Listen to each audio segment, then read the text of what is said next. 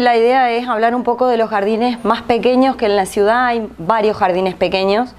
y que presentan el desafío. Parece que un jardín grande fuera un desafío por el tamaño, sin embargo los jardines pequeños, que en poco espacio hay que resolver vistas, que hay que resolver muchas veces en la ciudad, grandes paredes que proyectan mucha sombra, que uno tiene que jugar con presentar el diseño que no termine siendo una acumulación de diferentes especies y adaptarse al estilo de la casa. Los jardines pequeños también son un desafío y sobre todo porque suelen ser la vista de la casa todo el año, por lo cual tienen que estar bien todo el año. En este jardín, por el diseño de la casa y la manera en que se resolvió, es un jardín en el que lo que estamos viendo es suelo, porque es una zona de barranca, es suelo, digamos. La idea fue jugar con los materiales para hacer distintos sectores trabajando el piso. Es por eso que se trabajó un poco de verde, porque los fondos de la casa son grises, se trabajó con verde en el piso y con verde en las paredes, pero también se trajo una idea de contraste con los chips y con los bordes de piedra. En este caso, la dueña de casa le gustan las flores blancas y quería perfumes, entonces dentro de la iluminación que había, hicimos una colección de distintas especies de jazmines. En este jardín tenemos 3 especies distintas de jazmines. Un jazmín que vamos a ver en el fondo, que de nombre común se llama jazmín cambray, que si bien no tiene perfume, tiene unas flores hermosas blancas que tienen una gran temporada de floración. Los jazmines más chicos que vamos a ver son los que les llaman jazmín kimura, que tienen 2 o 3 floraciones en el año perfumadas, y en esa esquina hacia la derecha hay un jazmín del cabo común que va a florecer por primera vez en el jardín el año que viene a partir de noviembre. Otra cosa que se fue tratando de manejar fueron especies que pudieran cohabitar con estas especies que necesitan un poco más de luz en espacios más sombríos, como son los de los rincones, por los cuales se colocaron plantas que son típicamente de interior, como los Spathiphyllum o los helechos, para cubrir esos espacios, y los Spathiphyllum también nos dan una floración blanca y bastante larga en la temporada. En este jardín se puede trabajar estas especies de interior afuera, porque en invierno, por más que va a ser frío, como es una zona aledaña al río, el clima está más morigerado y no va a haber heladas tan fuertes. Una de las cosas que se integró fue el uso de la palmera areca, que se usó en varios espacios de la casa. Entonces esta misma palmera se usó en distintos lugares y dio como una unidad al espacio de la casa. En este lugar que estamos acá atrás se trabajó sobre malla cima, unificando la reja para agregar verde, y acá se agregaron otros 2 jazmines más perfumados, pero en forma de enredadera, que esto es jazmín de leche y esto es jazmín de Madagascar, que cada uno en distintas épocas van a dar también floración blanca y perfumada. Y para aflojar un poco se eligieron 2 especies con forma de gramínea, que son el que le llaman pasto limón, que también se usa como comestible, como aromática, y el Penicietum rubra para darle un movimiento al lugar. Y es importante, que es una cuestión nada más que técnica, pero tener en cuenta que cuando trabajamos 2 superficies distintas, entre una superficie y otra, por el tema del mantenimiento, debemos poner algún tipo de medio físico que haga que estas 2 superficies no se mezclen, para que después el comitente tenga un mantenimiento más sencillo. Esto que está acá se llama limitador de césped y es una plancha de plástico muy gruesa. Vienen en varios colores, como esta parte que estábamos trabajando era marrón. El marrón se mimetizaba mucho mejor con el lugar, y para hacer la frontera entre el piso y el chip, y allá la ventana y el chip, para que sea más fácil y no haya salpicado, se utilizaron piedras bola. La piedra bola se consigue en lugares donde venden piedras, tipo piedras lajas, una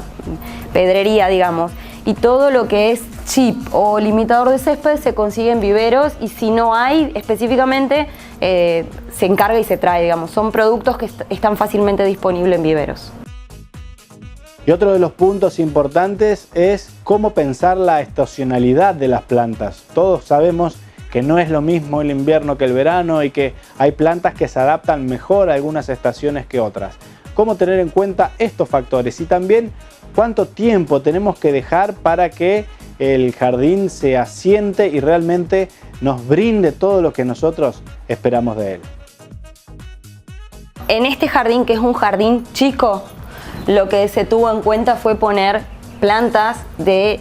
follaje persistente, es decir, plantas que no van a perder el follaje en ninguna época del año, porque esto que decía, que los jardines pequeños tenemos que pensar en trabajar perspectivas cortas, en la que este jardín, si uno se para en la punta, como está ahora la cámara, vemos todo el desarrollo del jardín, pero si nos vamos parando en distintas partes de las aberturas de dentro de la casa, podemos ir viendo sectores y todos los sectores tienen sentido en sí mismos. Y como es un punto focal permanente, la primera cosa que hay que tener son plantas que no pierdan la hoja en invierno. Y después la secuencia, en este caso, la dueña de casa le gusta el verde, a ella le gusta el follaje verde, por lo cual nos jugamos a que haya mucho verde y estas flores blancas. En este caso, hay en otros lugares en los que uno por ahí hace un poquito más de mantenimiento, no era el caso de este lugar. Acá nos quisimos jugar al menor mantenimiento posible, que en este caso es el corte del césped, y el mantenimiento de alguna poda de hojas viejas y alguna fertilización para mantener las plantas, pero tratar de que el mantenimiento sea mínimo. En el caso en que uno quiera agregar en estos jardines que son como más sombríos un poco más cantidad de flores, hay que estar pensando en tal vez usar unas alegrías del hogar, para invierno unas begonias, que se usan los nácar, alguna planta de estación que podamos recambiar como para tener un punto focal de flores si ese fuera la intencionalidad. Lo que sí fue un desafío y que es una cosa como a tener en cuenta, si nosotros vemos este jardín tiene 4 meses de instalación. El jardín siempre lleva tiempo en que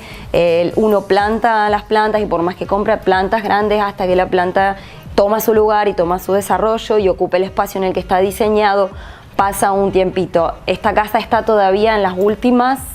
arreglos, retoques antes de ser habitada y la dueña quería venir con el jardín ya medio instalado. Unos 6 meses de jardín ya uno ve la diferencia en el momento de instalación y en el momento en que han pasado 6 meses uno ve que las enredaderas ya han avanzado sobre la malla cima, que las plantas ya han tomado volumen, que las plantas ya han brotado, entonces ya es otra calidad de visión. El problema es que acá se tuvo mucho cuidado de toda la gente que vino a trabajar después, que estaba conviviendo con el jardín. Eso hay que tener muy en cuenta, que si uno no va a tener el cuidado de que el jardín no se le va a echar residuos de materiales, no se le va a pasar con cuestiones por encima o no se le van a tirar residuos de pintura, el jardín se puede hacer y uno adelanta tiempo. Eso en general, digamos, porque algo que no podemos comprar, tal vez podemos comprar ejemplares, en el jardín no podemos comprar tiempo. Y otra cuestión que tiene que ver mucho con la configuración de estos espacios son los usos. Y allí aparecen factores importantes en el día a día, como son los niños y las mascotas. ¿Qué cuidados tenemos que tener para que niños y mascotas estén presentes pero no dañen el jardín? En los jardines en donde hay mascotas o niños se trata de poner superficies que sean adaptables o de alto tránsito en las zonas en donde los niños o las mascotas van a estar, y se trata de ubicar tal vez carpetas de césped en lugares donde no va a haber tanta cantidad de tránsito o más alejados. En otros temas, los perros son un desafío. Creo que el desafío mayor de cualquier jardín son los perros. Una de las cosas que se pueden hacer es tratar de que algunas especies que uno quiera tener como más cuidadas estén sobreelevadas, estén en macetas como si fueran los jardines colgantes de Babilonia, en alguna primera etapa, alguna pared verde, alguna maceta colgada en algún especial, y en el camino tratar de educar un poco al perro. Tratar de ver si se puede poner en el fondo un lugar donde vayan a hacer sus necesidades y educar al perro que vaya a ese lugar, siempre siempre teniendo en cuenta que realmente no es una convivencia sencilla la mascota con los jardines. Y si son espacios más grandes con lo de los niños, tratar de pensar que todos los integrantes de la casa tienen que tener un lugar en el jardín. Acá estamos hablando de un pequeño jardín, pero en un jardín grande uno tiene que pensar que todos los integrantes de la casa son importantes y que los niños van a tener que tener un espacio y el diseñador va a tener que dejar un lugar en donde si juegan a la pelota pueden jugar a la pelota tranquilo y las plantas sean como esta, que vos le pegás un pelotazo, se caen y vuelven a revivir, digamos. No vamos a poner plantas muy especiales donde los chicos juegan a la pelota que se vayan a quebrar y uno esté sufriendo por las plantas quebradas.